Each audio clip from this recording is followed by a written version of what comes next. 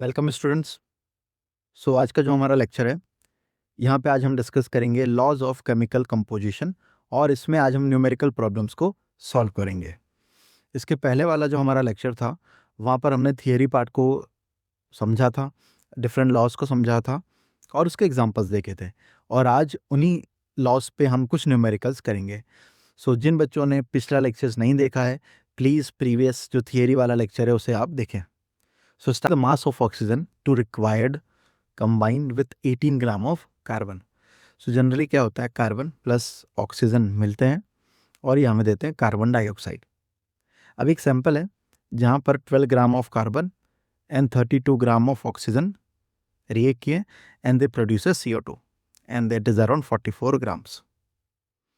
अब हमें क्या बोल रहा है, लेट्स से केस ए है, केस बी में बोल रहा है कि हमें ऑक्सीजन का मास फाइंड करना है जो कंबाइन करेगा 18 ग्राम ऑफ कार्बन के साथ। यहाँ पर 18 ग्राम ऑफ कार्बन प्लस कुछ भी यहाँ पर हो सकता है, तो हमने x मान लिया और ये प्रोड्यूस करेगा CO2।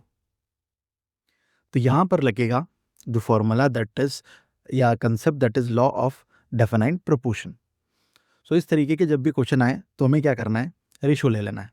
As we know, carbon और ऑक्सीजन का जो रेशो है वो हमेशा सारे कार्बन और ऑक्सीजन के रेशो के बराबर होगा। 12/32 ये C1 है, ये O1 है। तो यहाँ पर C2 की वैल्यू कितनी हो गई, 18। O2 की वैल्यू हमें नहीं पता, तो हमने मान लिया x। जब आप इस x को कैलकुलेट करेंगे, फाइंड करेंगे, तो इसकी वैल्यू आएगी 48 ग्राम्स। ठीक है, मैं आपको एक बार क्लियर करके बताता हूँ।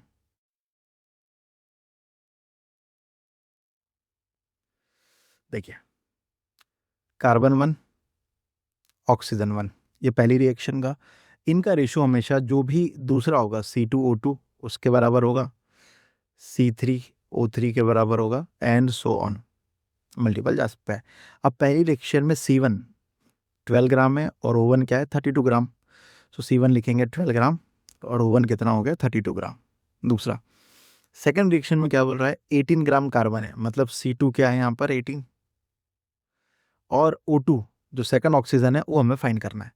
तो will take here x, cross multiply करेंगे तो ये आ जाएगा x equals to 18/12 multiply by 32, ये आएगा। 6 से डिवाइड कर देंगे, 3 टाइम्स 2 टाइम्स 2 से जाएगा 16 बार को, that is 48 gram. Second question का आंसर कितना है, 48 ग्राम्स। नेक्स्ट क्वेश्चन देखते हैं। In water hydrogen and oxygen combine in the mass ratio that is 1:8। How much oxygen is required for 5 gram of hydrogen. H2O है water molecule, जिसमें hydrogen और oxygen 1:8 के ratio में present है मास wise. ठीक है, और इसको मैं ऐसा लिखता हूँ, हाइड्रोजन एंड ऑक्सीजन। अब पहली रिएक्शन में 1:8 के फॉर्म में है। नाउ क्या बोल रहा है कि हाइड्रोजन 5 ग्राम अवेलेबल है, तो ऑक्सीजन कितना होगा। अब हाइड्रोजन 1 है, तो इसको मैं अगर 5 से मल्टीप्लाई कर दूँ तो ये हो जाएगा 5 ग्राम। तो 8 को भी मल्टीप्लाई कर दूंगा 5 से, तो it will be 40 gram. Next answer क्या आ गया हमारा, 5:40। इसको सिंप्लीफाई करेंगे तो कौन सा रेशो आएगा, 1:8। तो यहाँ पे रेशो आपको याद रखना, बहुत सिंपल क्वेश्चन है। आगे बढ़ते हैं, question number 4। Nitrogen forms 2 oxide. Oxide A जिसमें 14 ग्राम नाइट्रोजन है, जो 16 ग्राम ऑफ ऑक्सीजन के साथ रिएक्ट कर रहा है। Oxide B 14 gram of nitrogen है और 48 ग्राम ऑफ ऑक्सीजन से रिएक्ट कर रहा है।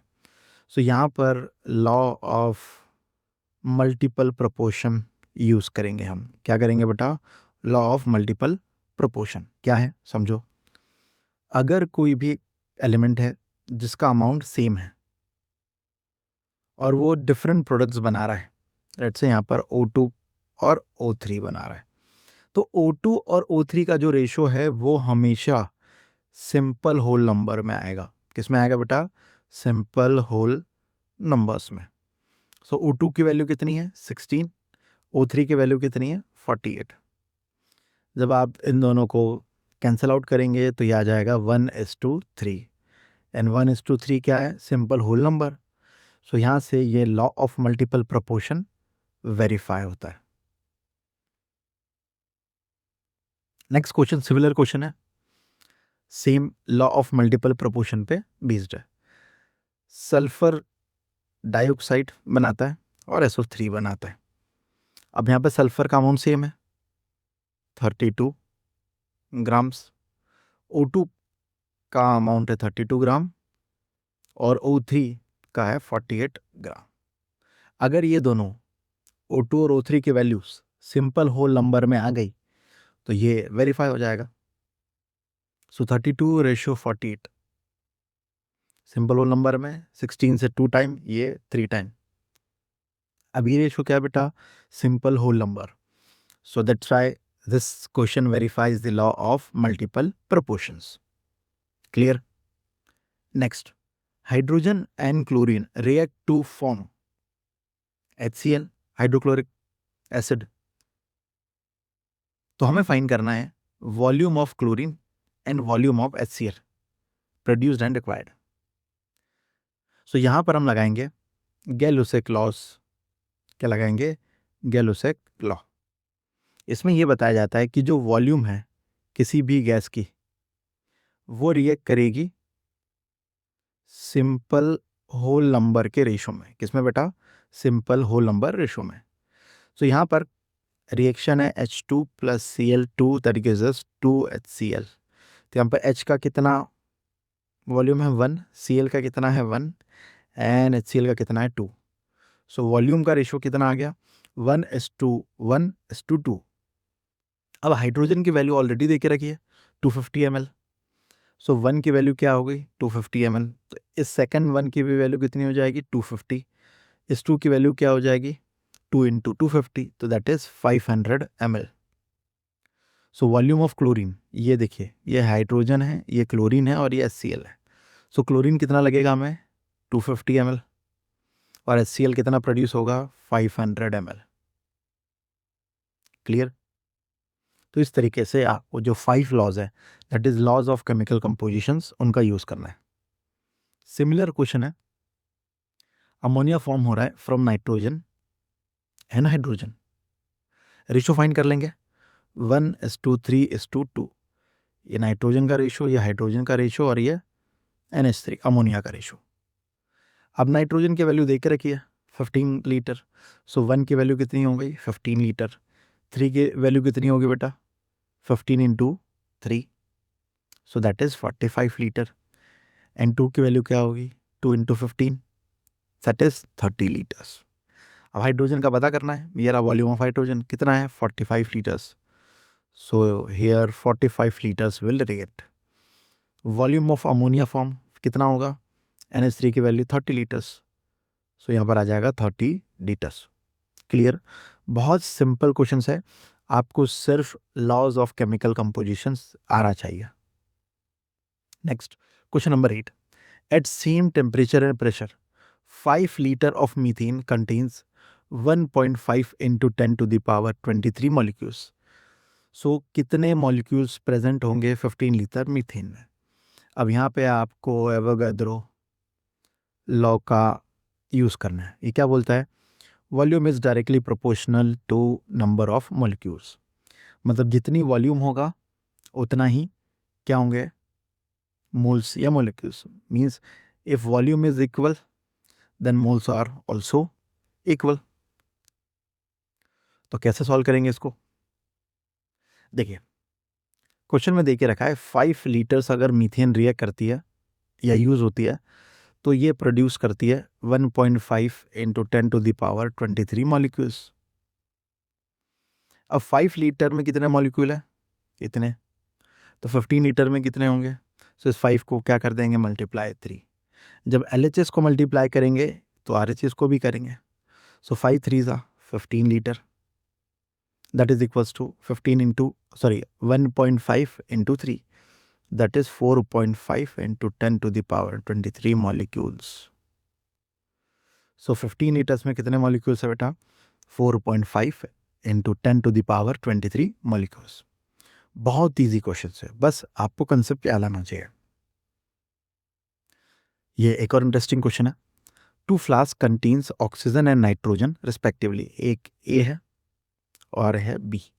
ए में का वॉल्यूम ले लेते हैं 2 लीटर्स और बी का वॉल्यूम कितना है 8 litres. Temperature and pressure same है तो यहाँ पर लूसेक लॉ या एवोगाड्रो लॉ यूज कर सकते हैं। फिर क्या बोल रहे हैं, find the ratio of number of molecules present in the two flask. यहाँ पर हम एवोगाड्रो लॉ यूज करेंगे। क्या है लॉ, अगर वॉल्यूम इक्वल है तो मॉलिक्यूल्स भी क्या होंगे बेटा, इक्वल, तो उनका रेशियो भी क्या होगा, इक्वल। तो अगर हम वॉल्यूम्स का रेशियो निकाल लें तो मॉलिक्यूल का रेशियो आ जाएगा। तो इसके लिए एक फॉर्मूला अगर आपको याद होगा हमने किया था, that is V1N1 is equals to V2N2। V1N1 का जो रेशियो होगा वही क्या होगा, V2N2 का रेशियो। अब हमारे पास V1 और V2 है, V1 क्या है 2 लीटर्स, V2 क्या है 8 लीटर्स, N1 N2 हमें फाइंड करना है। सो इसको क्रॉस मल्टीप्लाई कर लेंगे तो यह होगा V1 by V2 equals to N1 by N2। V1 by V2 की वैल्यू कितनी है 2/8, 2/8। सो इसको सिंप्लीफाई करेंगे तो क्या आ जाएगा 4, 1/4। सो नंबर ऑफ मॉलिक्यूल्स का रेशियो क्या होगा 1:4। Clear, very easy question.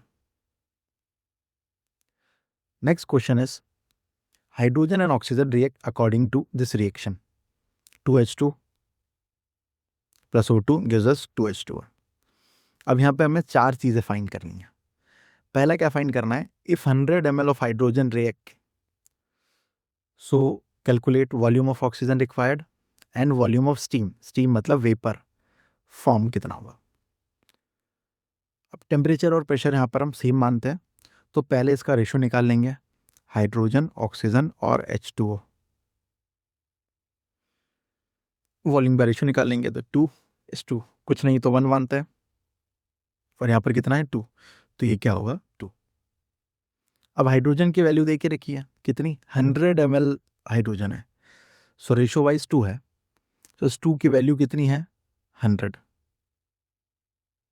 If 2 की वैल्यू 100 है तो 1 की वैल्यू कितनी होगी 50 ml, डिवाइड कर देंगे और 2 की वैल्यू हमें पता है 100 ml। सो ऑक्सीजन की वैल्यू आ गई, कितना ऑक्सीजन रिक्वायर्ड है 50 ml, कितना हाइड्रोजन रिक्वायर्ड है 100 ml।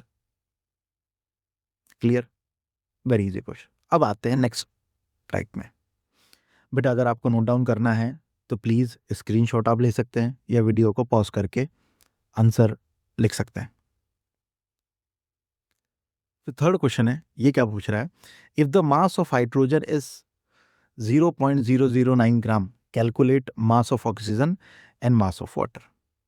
अब रिएक्शन क्या है 2H2 plus O2 plus 2H2, इसकी जनरल 4 ग्राम होता है, ये होता है 32 ग्राम, तो यहाँ पर कितना होगा 36 ग्राम।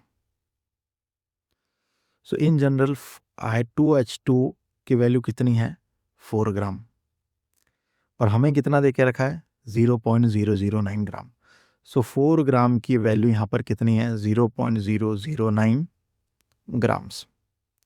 सो 1 ग्राम की वैल्यू कितनी हो जाएगी 0.009 डिवाइडेड बाय 4 ग्राम्स। ठीक है, ये आइडियल हमने कंपेयर कर लिया। अब क्या करना है, सी और डी फाइन करना है। मास ऑफ ऑक्सीजन, जनरल मास कितना है ऑक्सीजन का 32, तो 1 ग्राम की वैल्यू अगर 0.009/4 है तो 32 ग्राम की कितनी होगी बेटा, इसको मल्टीप्लाई किससे कर देंगे 32 से। सो 32 और 4 को डिवाइड कर देंगे तो ये आ जाएगा 8। सो 8 इंटू 0.009 तो ये आ जाएगा 0.071। कितना आ जाएगा बेटा 0.071। समझ में आ गया, यहाँ तक का क्लियर आपको। बहुत सिंपल है, हमें जस्ट कंपेयर करना है, हमें यहाँ पे क्या करना है जस्ट कंपेयर करना है। डन। अब हम बात करते हैं H2O की, वाटर की। अब वाटर जनरली कितना है यहाँ पर H2O, जब हमें H की भी हाइड्रोजन की वैल्यू पता है और ऑक्सीजन की वैल्यू पता है तो रिएक्टेंट के टोटल वैल्यू निकाल सकते हैं? बिल्कुल सर। हाइड्रोजन का मास दे के रखा है 009, ऑक्सीजन का मास हमने फाइंड किया है, कितना है? 0.072, इज नॉट 1, इट इज 2, 0.072। इन दोनों को अगर हम ऐड कर देंगे तो किसका मास हो जाएगा? प्रोडक्ट का मास। सो उसको जब ऐड करेंगे तो 0.081 आएगा, और यही किसका मास है? H2O का। समझ में आया? कोई ना, फिर से समझाता हूँ, समझो। ए और बी तो क्लियर होगा, ठीक है। अब हम बात करते हैं सी और डी की। जनरली क्या होता है, let's say 2H2 plus O2 react करते हैं तो ये हमें देते हैं 2H2। जनरल हाइड्रोजन का मास कितना होता है? 1। ये 4 हाइड्रोजन है तो यहाँ पे कितना होगा? 4 ग्राम। एक ऑक्सीजन के एटम का मास कितना होता है? 16, तो 2 है तो कितना होगा? 32 ग्राम। इसको कैलकुलेट करेंगे तो 36 ग्राम होगा, कंजर्वेशन ऑफ मास के बराबर, ठीक है। ये और ये क्लियर। अब क्या बोल रहा है कि 4 ग्राम रिएक्ट नहीं कर रहा है, 4 ग्राम की जगह 0.009 ग्राम रिएक्ट कर रहा है। तो इन दोनों को कंपेयर करेंगे तो यूनिट आ जाएगी, कंपैरिजन यूनिट। सो जब 4 ग्राम की वैल्यू है 0.009 ग्राम, तो 1 ग्राम की वैल्यू कितनी हो जाएगी? 0.009 डिवाइडेड बाय 4। यूनिटरी मेथड से हमने सॉल्व किया। अब हमें ऑक्सीजन की वैल्यू फाइंड करनी, तो ऑक्सीजन की वैल्यू कितनी है? 32, तो इसमें 32 से मल्टीप्लाई कर देंगे। सो 4 से 8 टाइम जाएगा, 9 8 जा 72, तो ये आ जाएगा 0.072 ग्राम। अब हाइड्रोजन की हमें वैल्यू पता चल गई 0.009 ग्राम, ऑक्सीजन की पता चल गई 0.072 ग्राम। दोनों का ऐड कर देंगे तो H2O की वैल्यू आएगी। दोनों को ऐड करेंगे, वैल्यू क्या आएगी? 0.081 ग्राम्स। क्लियर? सो ये चीज़ें आपको याद रखनी, ठीक है। अपार्ट फ्रॉम दिस, ये जो 5 लॉज है आपको याद रखने हैं प्लीज़। जिन बच्चों ने प्रीवियस लेक्चर्स नहीं देखा, प्लीज़ उस लेक्चर को जाके देखें। 5